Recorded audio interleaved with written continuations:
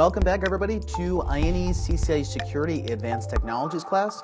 In our next section, we're going to begin our discussion of IPsec. Specifically, we're going to talk about a general overview of VPNs and IPsec. We're going to talk about the negotiation protocols of IPsec, specifically how ISACAMP and IKE version 1 work. We're going to talk about the differences between the authentication header and the ESP when we're looking at the actual IPsec data plane, and we'll talk about the differences between the transport encapsulations and the tunnel encapsulations of AH and ESP. Now, from a very high-level overview, when we're talking about virtual private networks, a VPN basically just means an extension of a private network over a public network. And one key point to remember here is that a VPN on its own doesn't necessarily imply encryption. Now, in the vast majority of our cases, VPNs will be using encryption, but it doesn't necessarily mean that all VPNs actually imply that. So, for example, different types of VPNs could be layer 2, something as simple as like an Ethernet VLAN, or a VLAN in VLAN encapsulation, like a Q&Q tunnel. Also, frame relay and ATM PVCs would be considered VPNs because we're using someone else's public transport and we're building a private network over it by provisioning the virtual circuits. Same would be true of MPLS service. If we're doing virtual private LAN services, or VPLS, we're basically taking the public MPLS network and then building a private transport over it. Now, in the case of layer 3 VPNs, that could be something as simple as a GRE tunnel, or it could be an MPLS layer 3 VPN circuit where we're routing between the service provider and the customer. But in our case, mainly we're going to be focusing on IPsec VPNs. Now, the reason that I am even mentioning this to begin with is that we'll see that there are cases where you would want to combine these technologies together. That just because you buy an MPLS circuit doesn't mean that you cannot run IPsec on top of it. Or that if you have a GRE tunnel over the internet, you may want to also run IPsec inside of there in order to give us encryption. So as we'll see as we get into more detailed discussions of things like DMVPN and GetVPN and some of the more advanced applications of IPsec, there are cases where we would want to combine these VPN technologies together. Now, IPsec VPNs, the reason mainly we would want to use these versus some of the other techniques that we have available, first and foremost, we don't require the service provider to provision an IPsec VPN for us. Like if we were to buy MPLS service, we have to have the service provider provision the routing protocols and the details of the layer 3 VPN or the Ethernet virtual circuits if we're doing layer 2 MPLS. Also, it's independent of the access method. So we could have some sites that are running 10 gig E Metro Ethernet, other sites are running 4G wireless or DSL. As long as we have IP version 4 or IP version 6 transport between the sites, we're able to establish an IPsec VPN. So that's one of the main advantages, that it is agnostic of the transport method. So typically you get any type of internet connection to your sites, then you could run IPsec VPNs on top of it. The other advantage is that it supports both site-to-site and remote access VPNs. Where in something like an MPLS environment, when you want to add a new site, you have to ask the service provider to provision that. With the case of IPsec, you could have two offices that have an always-on connection to each other. That would be considered a site-to-site or a LAN-to-LAN VPN. And then we also have our remote access VPNs, which would be our VPN client that's connecting to the ASA or connecting to the iOS routers. Then the user, once they're done with that, they log off and then they can reconnect at a later time. So it's like a dial-on-demand type environment. Now, the other main reason, of course, we're going to use IPsec is that it offers data protection or it offers encryption. So while this is the main motivation typically for using IPsec, it does have these other advantages that I mentioned here. One of the big ones being that we don't have to ask the service provider to provision it. Now, specifically, IPsec refers to an overall suite of different protocols that we're going to be using in order to establish the VPN. So IPsec itself does not refer to ESP, it doesn't refer to ISACAMP, doesn't refer to AH. It's kind of like a broad term that's encompassing multiple protocols together in order to allow us to form these VPNs. And in general, there's going to be four main things that this suite is going to do for us, the IPsec suite. First of which is authenticating our packets. So as you send a packet out to the network, when the receiver gets it, they can authenticate that and make sure it came from the correct person that they were expecting it from. Second is going to be that the data has integrity, that it wasn't changed in the transit path, so that someone didn't intercept the packet, change some of the bits in the header, and then continue to forward it on. So when the receiver gets this, they're going to do that integrity check and see if the packet is invalid, then it's going to be discarded. Third is the confidentiality, which means the encryption. So people, if they intercept the packets in the middle, theoretically they're not going to be able to decrypt it and see what's inside of the payload. And then last but not least, anti-replay, which means that if someone does do a packet capture in the middle of the transit path, they're not able to send the packet again at a later time in order to get access into the network. So once you receive the packet from the IPsec VPN stream, there's going to be essentially a sequence number that is kind of like how a TCP window works. That's going to say, after a certain amount of time, this is expired, and then I'm not going to be able to receive this packet again. Now, getting more specific into the details, IPsec is a network layer protocol. It works at layer 3, which is different than if we're talking about SSL encryption, where SSL would be up at the application layer, or if we're talking about MACsec, which is 802.1ae, that would be a layer 2 Ethernet encryption.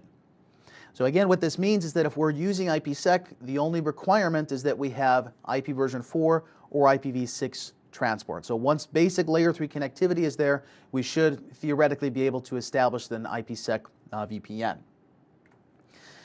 Now, IPsec generally is going to be talking about both encryption and authentication of the packets. The way that it's going to do encryption is with a symmetric encryption algorithm, or what's sometimes referred to as a symmetric cipher. Now, this means that the person that is encrypting the packet, whatever key that they're using to encrypt, is the same key that the other end is going to be using to decrypt. Now, this is different than something like PKI, where we have our public and private key pairs, which is considered asymmetrical encryption. So IPsec is going to be using the same key between both of the endpoints. So this is why it's so important that we make sure that there is integrity for exchanging that key, essentially the encryption and the decryption key, because if someone were to get that in the middle, then they would be able to decrypt the protected data. So it's not like in PKI where you give out your public certificate and you don't care who gets it because you have the private one. In the case of IPsec, if this is compromised, the symmetrical key, then someone is going to be able to decrypt the information over the tunnel. Second point is that we use some sort of hashing mechanism like MD5 or SHA in order to do the authentication of the data. Now, which of these we're specifically going to use depends on a couple things in negotiation. It's also going to be influenced by whether we're using AH or ESP, because not all of the mechanisms, as we'll see, are going to be supported by both of these protocols. Now, additionally, in general, when we're talking about IPsec here and a VPN, we're talking about a point-to-point association between the endpoints. So an association between two routers, between two ASAs, between someone's VPN client in the ASA, and so on and so forth. So in general, we're not talking about group encryption. This means that if we have 10 sites that we want to form IPsec VPNs between, we would have to form 9 individual tunnels from each site. Now, we will talk about, as we get to more advanced examples, and when we talk about get VPN and group encryption, this is one exception to this, but the vast majority of the cases, 99% of the time, IPsec is talking about just point-to-point encryption between two endpoints. Now, the IPsec tunnels themselves are going to be dynamically negotiated with one of two protocols that are either IPsec version 1 or IPsec version 2. Now, for this section, we're going to be focusing on just IPsec version 1, Later, when we talk about Flex VPNs, we're going to talk about the new enhancements for IKE v2 and what has changed and what are the improvements that they added beyond the original version 1 negotiation. But either way, whether we're using IKE version 1 or version 2, the main goal of this is that we don't want to have to manually define the crypto keys. So if we're using AES 256, we don't want to have some giant string that we need to paste into the config on both of the endpoints. And especially this is going to be true when we're talking about remote access VPNs. If someone is connecting to the VPN server over, let's say, like an app on their phone, like the AnyConnect client on your phone, you definitely don't want to be typing in some long string that is the encryption key. Also, what this is going to do is to add more security, because the keys will expire over time and it will be rekeyed, or essentially we re-authenticate and generate new essentially passwords for encrypting and decrypting the information. So over time, if someone were to do, let's say, a brute force attack, or somehow were to intercept the encryption or decryption key, after a certain amount of time, that's going to expire. And IKE is the way that we're going to do this negotiation. Now, in order to build the tunnel, there's two different data structures that we need to form specifically with IPsec. The first one is called the Security Association, or the SA. Now, the SA is basically an agreement of what are the individual parameters that we want to use. So what's the authentication type, what's the encryption type, how large is the prime number we use for generating the actual encryption and decryption key. And this is essentially what is used to maintain the state on the peers. So what's my authentication key? What's my encryption key? The second portion of this is the Security Parameter Index, or the SPI. Now, the difference between these two is that the SPI is a field in the data plane in the actual packet, where the SA is the control plane negotiation. And the reason that we need both of them is that the SPI is basically like a tag value, kind of like how an Ethernet VLAN tag or an MPLS tag works, where when the receiver gets the packet inbound, they have to figure out, how do I actually associate this with a particular VPN tunnel? So if I'm a router with 100 different tunnels, when the packet comes inbound, I need to be able to figure out which tunnel does this actually refer to. And that's what the SPI does for it. It's basically like a sequence number for the particular tunnel. Now, to negotiate the Security Association, as I mentioned, we're going to be using the IKE protocols to do this. And this is also sometimes interchangeably called ISACAMP. Now, the negotiation protocols, they're going to be UDP-based. Specifically, they use UDP port 500 for our transport. And the ISACAMP portion of this, the Security Association and Key Management Protocol, is essentially the framework saying this is how we should do the key negotiation between the endpoints. Where the Internet Key Exchange, or IKE, technically this is the actual implementation that says specifically this is how we are going to use it. So ISACAMP is technically a subset of IKE, or you could say that IKE uses ISACAMP to accomplish this negotiation, but most of the time you'll see that these terms are used interchangeably. So we'll see, like when we're looking at the implementation on the routers, if we debug crypto ISACAMP, we're saying debug the IKE exchange between the neighbors. Or if we show crypto ISACAMP, we're talking about the IKE negotiation between the peers. So it's technically, you know, if you want to get very specific about it, there are different things, but most of the time they're pretty much interchangeable terms here, IKE and ISACAMP. Now, to negotiate the tunnel using ISACAMP or using IKE to get the tunnel established means that we're going to go through two main phases of negotiation with IKE or with ISACAMP. The first of which, phase one, is when we are basically building a temporary secure tunnel that we're going to then use to exchange the encryption and the decryption keys. So we're going to use ISACAMP to establish this. The end result of phase one is what's known as the ISACAMP SA. So like I said, IKE, ISACAMP, they're pretty much used interchangeably. What the ISACAMP SA is going to do for us is to allow us to securely negotiate what are the specific encryption parameters, or what are the specific source and destination pairs of the traffic that we actually want to go over the tunnel. The second portion, which is aptly named Phase 2, is going to be when we negotiate the parameters for actually protecting the traffic. So this is where we would decide, am I using ESP or am I using AH?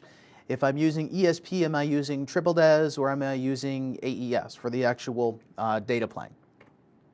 So once this is complete, once Phase 1 is done, we've then formed what's considered the IPsec SA. So the ISACAMP SA is basically the control plane. The IPsec SA is going to be the actual data plane, what we're actually sending over the tunnel. Now the workflow of this, how the peers actually go through the negotiation process, starts with them authenticating each other and then establishing this secure channel. So this is where in the Phase 1 of negotiation, we're trying to form our ISACAMP SA. Assuming that the ISACAMP SA is successfully formed, then we can go on to further negotiation that in IKE v1 is sometimes called Phase 1.5 or Phase 1.5. We'll see that this is going to be used if we're running EasyVPN, which is the legacy Cisco VPN client or the hardware client. Like we have the router that's essentially dialing in with IPsec to a VPN server.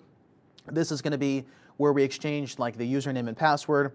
And then mode configuration would be things like what's the IP address that I'm going to lease to you, and what's your DNS server that's going to be over the tunnel. We'll see when we talk about IKE v2, this is one of the improvements that they made to the protocol, where this negotiation here was kind of an afterthought, that mode config and XAuth were implemented because there were no dynamic negotiation parameters built into IKE. But now with IKE version 2, this is going to be built into the spec. So once we go through this Phase 1, possibly Phase 1.5, then we're going to go on to Phase 2, which is to negotiate the actual data protection parameters. And again, the end result of this is the IPsec Security Association. So ISACAMP SA comes first, then optional negotiation, then finally the IPsec SA. So we'll see that once we actually get into the implementation and we're verifying the configuration on a step-by-step process, you would always want to verify that your ISACAMP SA comes up first. If you're doing EasyVPN, then you would look at your mode config and your XAuth parameters, and then finally onto the Phase 2 IPsec SA. So if your IPsec configuration is correct, but ISACAMP is not, they're not going to form the tunnel because they have to go through this process as that workflow said there. Now, specifically to negotiate the IPsec SA, there's going to be 4 main parameters that the devices need to agree on. First of which is going to be, how do they authenticate each other? So this could be through a pre-shared password, or what's sometimes called a pre-shared key, a PSK. It could be through certificates with RSA signatures if we have PKI, or it could be with what's known as an RSA encrypted nonce, which is kind of a legacy implementation that the router supports, but most of the other platforms don't support.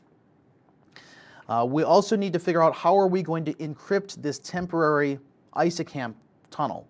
So are we using triple DES, are we using AES, are we using AES 256 or 128, etc.? What's the hashing algorithm? This is going to be for the integrity check. So are we using MD5 or SHA? And then last but not least, the Diffie-Hellman group, or the DH group, where this is basically the algorithm that the peers go through to securely negotiate the actual encryption and decryption keys.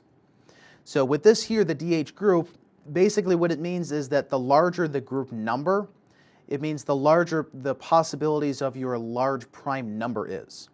So group 5 is going to be more secure than group 2 because you have a larger range of prime numbers that you could choose from. The reason they give you these options to choose one versus another is that if you have some platform that's older, has a slow CPU, doesn't do hardware acceleration, then if it tries to generate a very large key, it may take 100% of the CPU, or it may take a very long time in order to do that.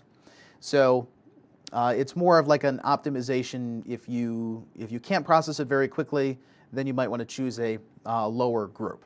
Same is true with the encryption. Like if you were to choose single DES versus AES, you would choose single DES because you have some old platform that doesn't support hardware acceleration, something like that. We'll also see from the implementation point of view, this is one of the very common areas that a problem comes into the config. That if the peers don't agree on all 4 of these parameters, they cannot form the IPsec MSA, which means they cannot move on to phase 2 negotiation for the IPsec SA. So when we do the actual configuration, we're going to spend a lot of time going through the different show commands, going through the different debug commands, because the IPsec VPNs we'll see is not one of the things that you can troubleshoot just by looking at your config. So typically there's going to be just too much configuration spread all over different platforms, so iOS versus ASA versus the VPN client endpoint, and trying to debug just by looking at the show run is typically not the best way to go about this. So we're going to spend a lot of time going through the verifications, and it's one of those things that's not documented very well. What show command should I use? What debug commands should I use?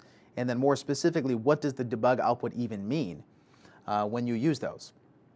Now, getting back to the ISACamp authentication, for those 4 parameters, again, we have the authentication, the encryption, the hashing, and the DH group. Out of the authentication, this is where one of the other main differences is going to be in IKE v1 versus IKE v2, where IKE v1 has to have symmetrical authentication. It means that if one of the peers is using a pre-shared key, the other end also has to use a pre-shared key. Or if one side is using certificates, the other side also has to use certificates. We'll see on IKE v2 they made it a little bit more flexible, where you could have your server have a certificate, but maybe the remote endpoint just use a pre-shared password, a pre-shared key. But within our scope here, as we're talking about IKE v1, we're assuming that these parameters do have to match. So it's either going to be via the pre-shared password, so you exchange this through some out-of-band method, like I email you the password that you're going to use. Could be RSA signatures, which is PKI, like we enroll with the Windows Certificate Authority and get a certificate granted. And then, as I mentioned, the RSA encrypted nonces.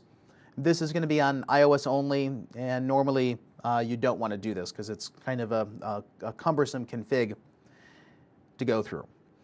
Okay, now once we negotiate these parameters, again, the authentication, encryption, hashing, and the DH group, the 4 of these parameters together are going to make up what we consider to be the ISACamp policy.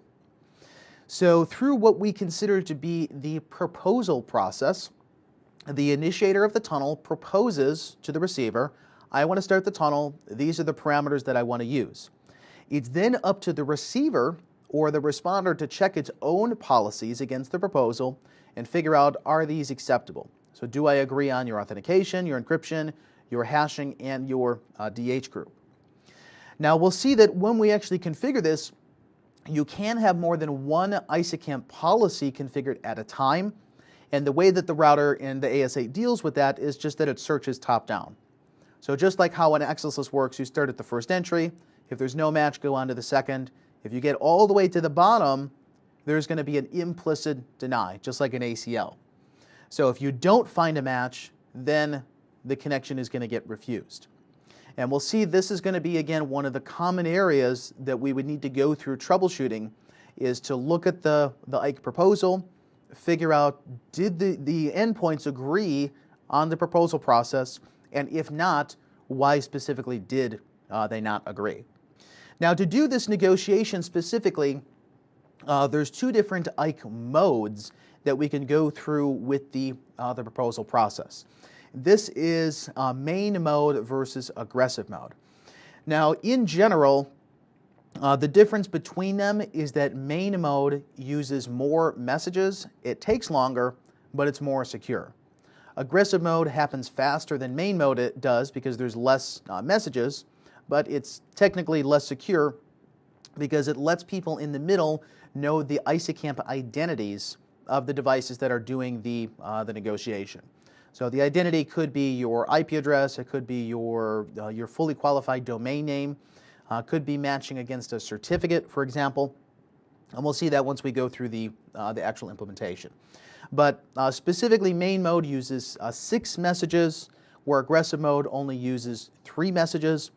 The difference is that aggressive mode is also going to allow for flexible authentication. So if you have a VPN client coming in, maybe you want to match based on their group name, match against their certificate, or based on somebody else's group name, match on just a pre-shared key.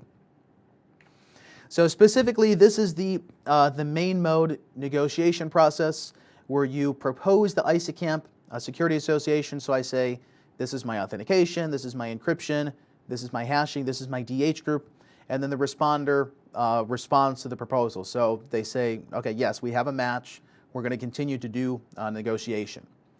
Okay, then we go through the Diffie-Hellman key exchange, which is when we're actually going to create the encryption and the decryption keys for our encryption algorithm, like triple DES or AES. Once we have that created and we have that encrypted tunnel up, then we exchange the identity. So what's your host name, what's your certificate, etc. Then finally we have the response, and then the connection is open. So 6 messages here.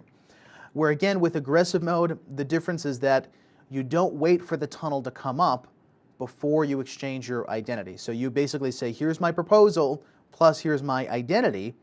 Then based on the identity, you can match against, match someone specifically to a proposal. So it makes it a little bit more flexible how you do your matching for the particular policies. And again, we'll get into this in more detail as we look at the implementation, both on iOS and on the ASA. Okay, so once we have our phase 1 ISACAMP SA up, then we need to negotiate phase 2, which is going to be for IPsec. So for phase 2, this is where we're going to agree on what is the protocol that we're going to use in the data plane, and how are we going to encrypt and authenticate the traffic. So this is where the peers say, am I going to use ESP or am I going to use AH? And we have to choose one or the other because the protocol formats are not compatible. So one side cannot use ESP while the other side uses AH. They both have to use ESP, both have to use AH, or technically you can run both at the same time. It's not very common to do that though. This is also where we choose the hashing mechanism. So are we using MD5 or SHA? If we're using SHA, you can also choose the bit length, where of course the larger the length of the hash, the more secure it's going to be. The encryption, most of the time you're going to be using AES, some variation of this, because most of the platforms now include hardware acceleration for this. If you have an older configuration, you might be using single DES or potentially triple DES. This is also where we choose what is going to be the tunnel or transport mode. And I'll talk about this in just a moment here. It changes what the underlying packet format is going to be in the data plane. Okay, this is also where we exchange what's considered the proxy identities, or sometimes called the proxy ACL. This is essentially what traffic do you want to put in to the tunnel. So it's traffic coming from LAN A going to LAN B. And then on the reverse, it's going to be back from B to A. So from a configuration point of view, this is going to be another of these areas where if you make a mistake in the phase 2 policy, then the devices won't establish the tunnel.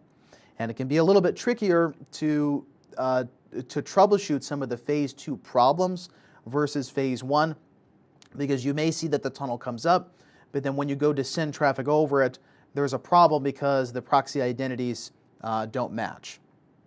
Lastly, we also negotiate the security association lifetime, or essentially just a timer that says after 20 minutes I'm going to rekey, or after 5 megs of data exchange I'm going to rekey the tunnels. One of the differences here though of this parameter, the SA lifetime, this does not need to match on both ends. It's going to be a negotiated value to whoever wants the lower SA lifetime. So from a configuration point of view, normally this is not an issue with troubleshooting, because if I say the lifetime is an hour on one side and I say 10 hours on the other side, the side that was 10 hours is going to negotiate it down to the lower one. Okay, for this phase 2 negotiation that we are going through, the way that we do this is known as quick mode. It's called quick mode because we already did authentication before, so we don't need to do it again. Basically, the only thing that we need to do is to tell the other peer, so whoever's receiving the tunnel, this is the proposal I want to use. So this is my encryption, this is my authentication, and this is my proxy ACL, my proxy identities. We also do another run of the Diffie-Hellman key exchange, which means that the phase 1 tunnel uses a different encryption and decryption key pair than the phase 2 tunnel does. Okay, then the responder says to the initiator, okay, I accept your proposal. We're going to do the key exchange. This is the proxy identity that I want to use. So who do you send traffic to over the tunnel, and then who do I respond back to you over the tunnel with? Now for the actual security protocols and the data plane, as I mentioned, there's 2 different variations of this. We can either be using authentication header or encapsulated security protocol, or ESP. This is going to be negotiated as part of the phase 2 exchange, and when we define this, this is what's commonly known as the IPsec transform set. So the transform set says, am I using ESP AES-256 or am I using AH with MD5? And this does need to match between the peers in order for the tunnel to come up. Now, as we look at the differences between these 2 protocols, authentication header specifically is IP protocol number 51.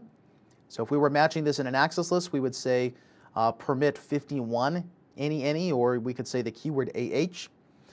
It allows you to do authentication and data integrity checking, but it doesn't support encryption. And this is the reason that it's typically not used in many applications anymore. ESP is much more common. It's protocol number 50. It allows you to do the authentication, it allows you to do the integrity check, but it also allows you to do encryption and the anti-replay. So all 4 of those mechanisms of the IPsec suite. So again, AH only supports authentication. This is the reason that you normally don't use it for a VPN. It does still have some legitimate applications. One of them, for example, would be if you wanted to do authentication of your routing protocol data. In OSPF version 3, you can use AH for your neighbor authentication, because you might not necessarily need to encrypt your LSA exchange, like the actual updates you're sending for OSPF, but you want to authenticate it that when I receive an LSA from a remote neighbor, it's coming from who I actually thought it was going to come from. So ESP, again, supports both of them. So this is why we're going to use this for the vast majority of our cases. The VPN client, the Cisco VPN client only supports ESP, it does not support AH. And the ASA, as of the newer code, as of 7, it doesn't support AH either. So AH is normally going to be just on the router for something like routing protocol authentication, normally not for an IPsec VPN. Technically, you could use both together, AH and ESP, but it's not really common to do that, but theoretically you could. Now, once you establish the security association, as I mentioned, there is a lifetime that goes along with this. And once the lifetime expires, then the peers need to renegotiate the tunnel, or they need to refresh the tunnel. So as I mentioned, the lifetime does not need to match between the neighbors for negotiation. Whatever the lower of the values is going to be chosen. You have to be careful not to set this to too low of a value, especially if you have a central VPN server that is in charge of negotiating lots of tunnels at the same time. So let's say you have your ASA at the head end and you have 1,000 remote users that are using the EasyVPN client all at the same time. If you set the lifetime to 5 minutes, then it's going to have to rekey all of those tunnels every 5 minutes, and it's very CPU intensive to do this because of the Diffie-Hellman exchange, to generate that keying information between the neighbors. And like I mentioned, this value can either be in time or it can be in a bit counter. So you could say after an hour rekey it, or after I send 1 gig worth of data. Now when we do this rekeying, there's also another parameter that is known as perfect forward secrecy, or PFS, that can be negotiated during the quick mode exchange for the IPsec SA. Now this is an optional parameter. You don't necessarily have to negotiate it, but you typically do want to negotiate it if the platforms have enough resources to support it, because what this means is that when the SA lifetime expires and we need to rekey our phase 2 IPsec SA, we're going to rerun the Diffie-Hellman keying so that the new encryption key is not based off of the old encryption key. So in other words, it makes the keys completely independent of each other. And the reason that you would want this is that if someone were to theoretically get your old key and you were not using perfect forward secrecy, they could theoretically predict what are the next keys that you are going to be rekeying to. So you typically do want this, but the limitation, of course, is that it's more CPU intensive. So more secure, but at the expense of overhead for negotiation. Okay, so let's talk about the control plane format specifically versus the data plane format of the packets. So the control plane, as I mentioned, is going to be ISACamp or IKE. So ISACamp by default is going to use UDP port 500. This is if we don't have to go through someone that is running a NAT translation. So if I'm a Cisco VPN client that has a public address, when I go to the VPN server, my negotiation is going to be over UDP 500. But if I don't have a public address, which is more common, so maybe I'm at a hotel and I have a private internal address, I have to go through their edge router's translation, we're going to use UDP 4500. So if we go through NAT, we go through 4500. If not, we're going to use port 500. You also could use TCP for this if the endpoint is the ASA. So if you have the Cisco VPN client going to the ASA as the VPN server, you could specify manually what port to have the ASA listen to and then configure the client to go to that port. But that's not very common. That's basically if someone is blocking UDP completely, then you might need to tunnel this like over port 80, for example. But that is different than doing an SSL-based VPN, which we'll talk about later. Second portion, which is the data plane, this is going to be either natively ESP or natively AH, assuming we're not going through a NAT translation. Again, the difference between these is that they are using different protocol numbers in the payload. So ESP is number 50, where AH is number 51. So if you were to match this in an access list, you wouldn't say permit TCP any equal to ESP or permit UDP any equal to ESP. ESP is the actual transport protocol, and AH is the actual transport protocol. So you would be matching against those specific protocol numbers, either 50 or 51 respectively here for ESP or AH. Now, if we do need to go through a network translation, a NAT translation, then by default, ESP is going to be encapsulated inside of UDP 4500. That's if we're going through NAT transparency or NAT-T. We could go through a UDP custom port if we're going to the ASA, so we could say listen on UDP 12345, or technically you could do it over TCP as well. So maybe the only port that's allowed out is port 80. You could have ISACamp use port 80, and you could have ESP use TCP port 80. If you were to use AH, that's going to be a problem though with network address translation. And the reason why is that with AH, the IP header information is authenticated. So if you do a network translation or a NAT translation and you change the IP header, then the hashing information is not going to match up for the authentication. So this is just another reason why AH is not as common. Normally you're going to use ESP, but there's no reason not to see how AH works for these particular applications. Now once we choose what is the transport protocol we're running, are we using ESP or are we using AH, there's still or actually I'm getting ahead of myself here. We wanted to mention about NAT a little bit more. So with the network address translation, there's technically two different ways that we could do this. One of them is called NAT-T. One of them is called transparent tunneling. And we're going to look at both of these from an implementation point of view. Now this is going to be automatically negotiated during the ISACAMP exchange, during the IKE. So if you do need to move from port 500 to 4500, it's going to happen automatically. There's nothing that you need to configure on your endpoints in order to support this. It does need to be supported, obviously, by both of the peers, but it's basically built into the IPsec specifications, so 99% of the platforms are going to support it.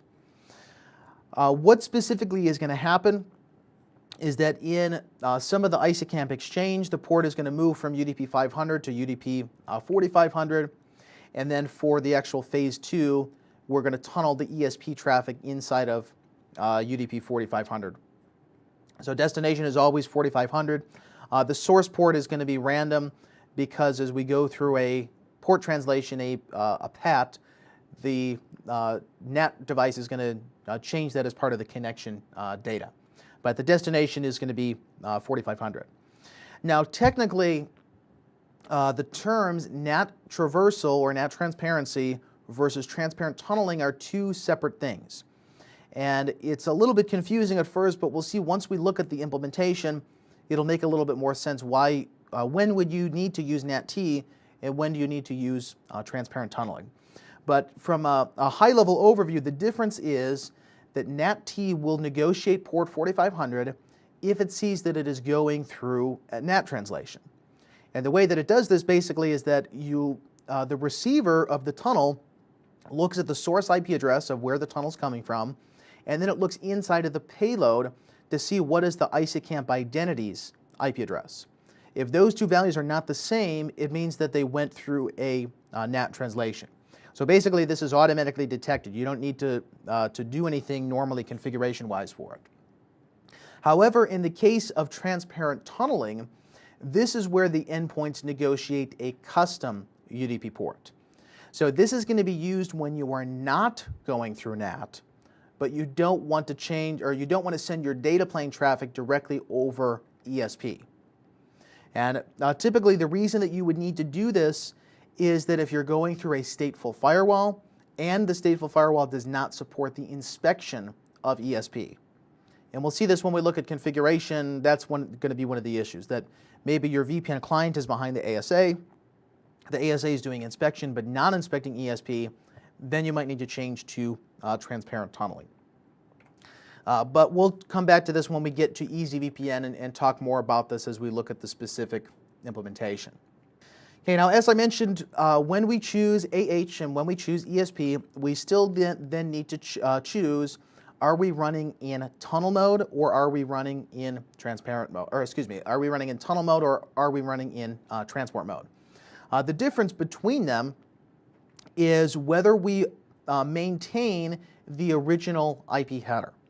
And in transport mode, we keep the original header. We authenticate the payload information. Okay, that's if we're using ESP. If we are using AH, we authenticate the entire packet. And normally where you see this is where your end hosts are running IPsec host to host. So if you have your Windows servers on the LAN running IPsec on them natively, then you would be running it in transport mode. And tunnel mode is going to be more common in our applications because we're typically trying to tunnel the VPN traffic over some public network in the middle, like the internet. And to do this, it's going to add a new IP header. So the original source of the packet gets hidden from whoever is transporting the packets in the middle. And then the original header and the payload is going to be authenticated and encrypted with ESP, we're assuming. So this means that if you capture the packet in the middle and it's like your EasyVPN client, you won't be able to figure out what was the internal addressing of that VPN host because there's going to be a new IP header. The inner IP header is then encrypted.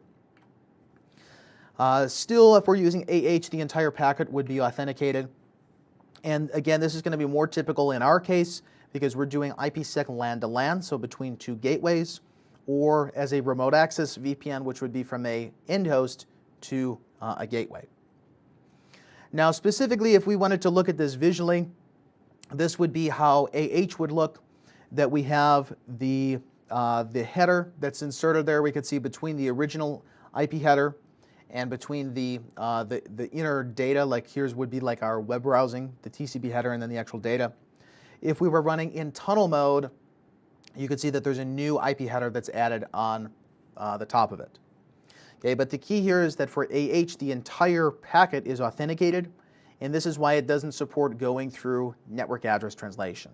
Because if we change the IP address, then it's going to change the authenticated data. In the case of ESP, we're not authenticating and we're not encrypting the outer header. We're encrypting and authenticating basically just the payload. And you can also see here there's a different portion of what gets authenticated versus what gets encrypted. So most of the time we're going to look at the bottom one here as our common method for creating the IPsec VPNs that we're going to be running ESP in tunnel mode. And then last but not least, you theoretically can run both at the same time. You can configure the router to run AH and to run ESP. This would give you the advantage of authenticating the entire IP packet, but then also doing encryption at the same time. But I would say very limited application for this. It's not a very common implementation.